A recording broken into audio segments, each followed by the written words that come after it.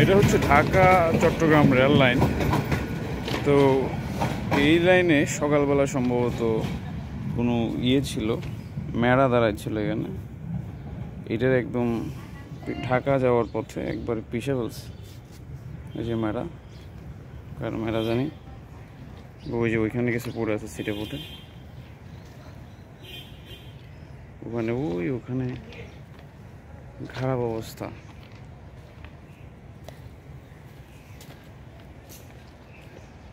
ওইখানে মাথা,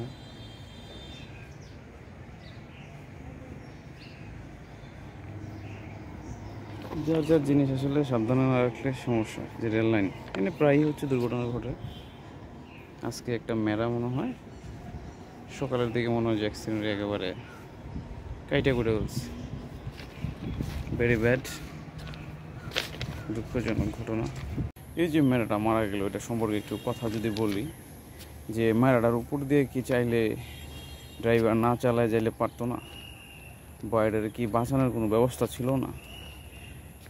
এইটা মরে যাওয়ার পিছনে আসলে মানে স্বাভাবিকভাবে এটা তো বোবা প্রাণী, মানে হচ্ছে বুঝে নাই, তলায় পড়ে গেছে। তো ড্রাইভার যদি আরে বাঁচাইতে চাইতো তাইলে হচ্ছে এখন নিশ্চয়ই ঢাকা টু চট্টগ্রাম যেটা ডাইরেক্ট ট্রেন আছে ওইটা গেছে, নয়তো নরসিংদী স্টেশনে থামাইতো।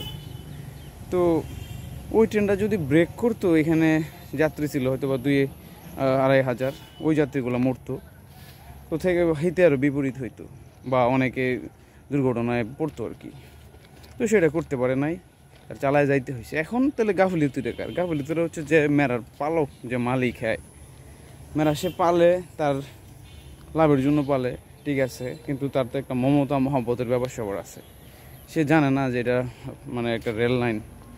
সে যদি ঘাস খাওয়াইতো ওই রাস্তার মধ্যে, নিজে ধৈর্য রেখে না খাওয়াইতো, অথবা সে হচ্ছে গিয়া মানে কি বলে বাসায় বাইন্দা রাখতো, সে সাইডে দিছে, এটা আসছে বোবা জিনিস, ডাইরেক্ট গাড়ি ছিল, তলে পড়ছে, মারা গেছে।